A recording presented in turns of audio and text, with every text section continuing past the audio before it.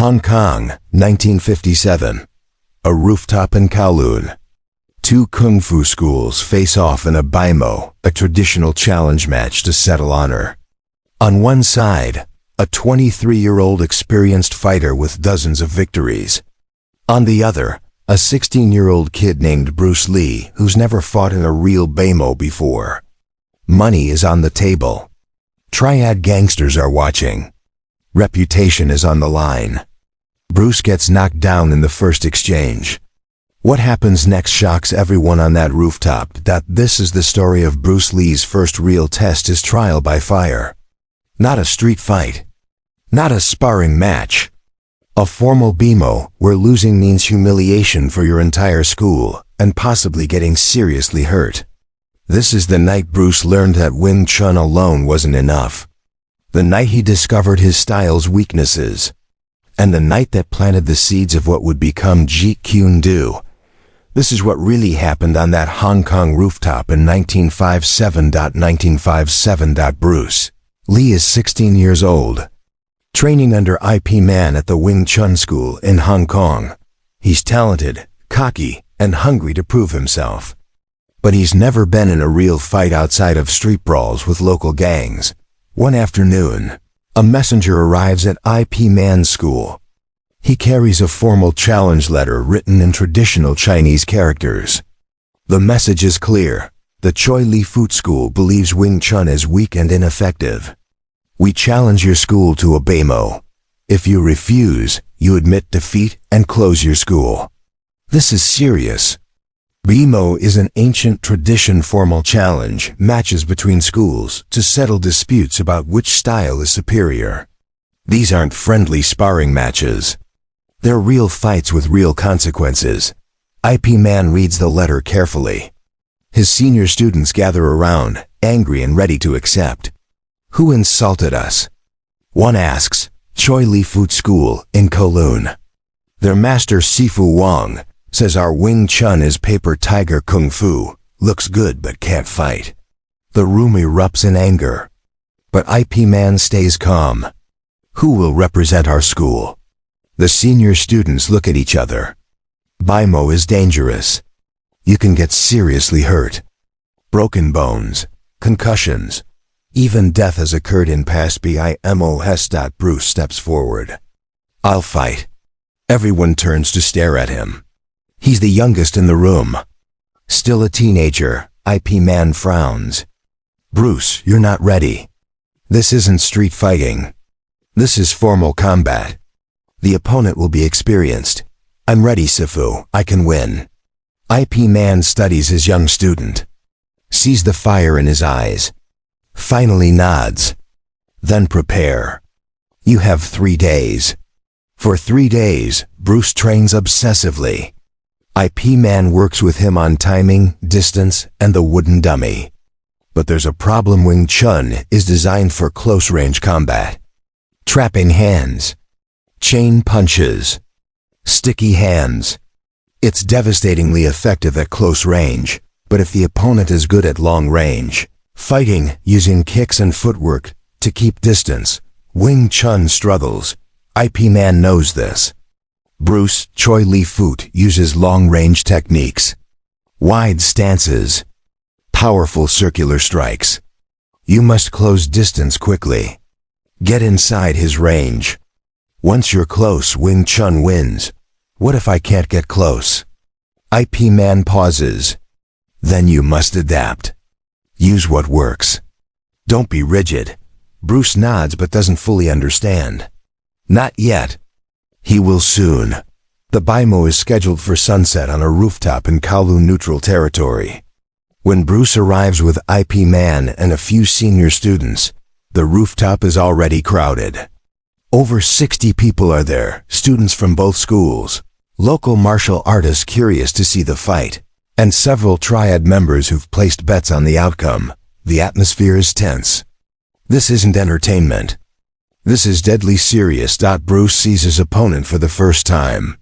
His name is Loong, 23 years old, muscular, with scarred knuckles and a confident swagger. He's fought in 3 previous Bimos.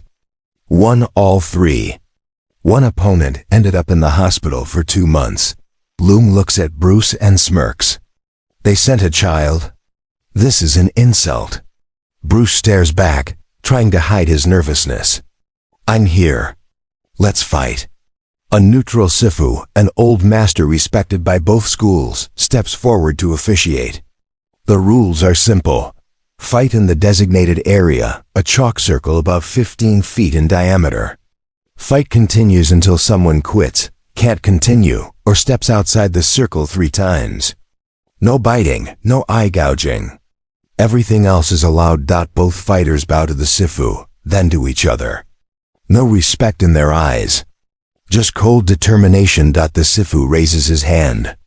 Begin. Bruce takes his Wing Chun stance, narrow, upright, hands in center line. Loom takes a wide Choy Li Foot stance, low, sideways, hands spread wide. For a few seconds, they circle. Testing distance. Then Loom attacks. A long sweeping roundhouse punch aimed at Bruce's head, a Choy Li Foot specialty. It comes from a weird angle, circular, fast. Bruce tries to deflect using Wing Chun's Bong Sao, wing arm block. But the power of the circular strike blows through his defense. The punch clips the side of Bruce's head. Bruce stumbles, dazed. The crowd gasps. Loom doesn't give him time to recover. He steps in with a low sweep kick, another Choy Li Foot technique. Bruce's feet are swept out from under him. He crashes to the concrete rooftop. Hard. The Choy Li Foot students cheer. The Wing Chun students are silent, horrified. Bruce scrambles to his feet, ears ringing. He tastes blood. Bit his tongue when he fell. His ego is shattered. He's losing. In front of everyone, IP Man calls out calmly, "Bruce, don't fight his fight. Make it your fight." Bruce nods, breathing hard. He understands now. He's been trying to use pure Wing Chun against a style designed to counter it. He needs to adapt. They reset. Loom is confident now, smiling. "Give up, boy. Save yourself some pain." Bruce doesn't respond. His mind is racing. Loom's style uses wide, circular movements and long-range kicks. Wing Chun's strength is close range. So Bruce needs to 1. Avoid the long-range attacks. 2. Close the distance. 3. Trap him in close quarters. The Sifu signals to continue. This time, Bruce changes his approach. Instead of waiting for Loom to attack, Bruce attacks first, but not with Wing Chun. He uses footwork he learned from Western boxing.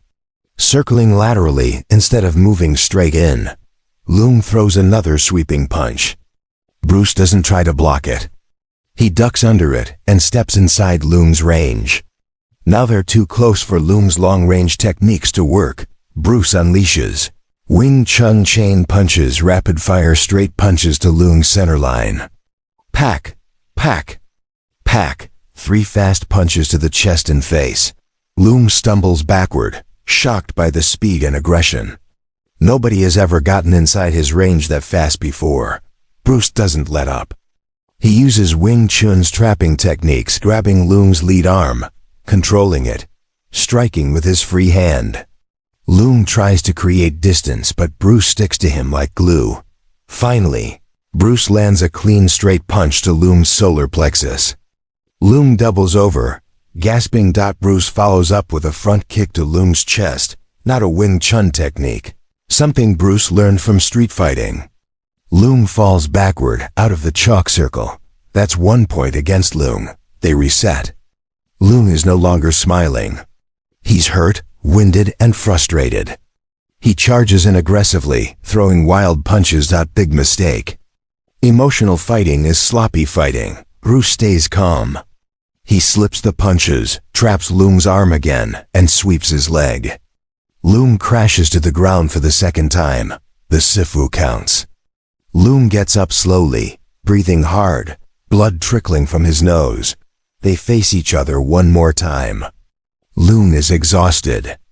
Bruce is tired but focused. Loom tries one last attack, a spinning back kick, putting everything into it. Bruce sees it coming. He steps offline, lets the kick miss, And as Loong spins around off balance, Bruce lands a perfect side kick to Loong's ribs. Loong collapses, clutching his side. The Sifu steps in, checking him.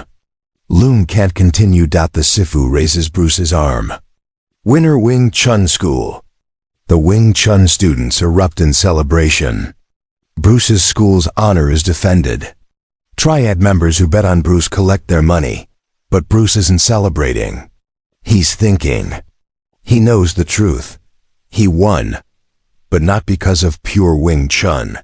He won because he adapted. He used boxing footwork. He used street fighting kicks. He mixed styles. That night, walking home with IP Man, Bruce says, "Sifu, Wing Chun wasn't enough. I had to use other techniques." IP Man nods wisely. "That's the lesson, Bruce. No style is complete. A true martial artist uses everything that works. You learned this tonight." Bruce never forgets that lesson. Years later, it becomes the foundation of Jeet Kune Do. Absorb what is useful, discard what is useless. A 16-year-old kid on a Hong Kong rooftop. One knockdown. One comeback. One lesson that changed everything. Bruce Lee won his first Bimo, but more importantly, he learned that tradition has limits. And that night, the seeds of revolution were planted. Jeet Kune Do was born on that rooftop. Bruce just didn't know it yet.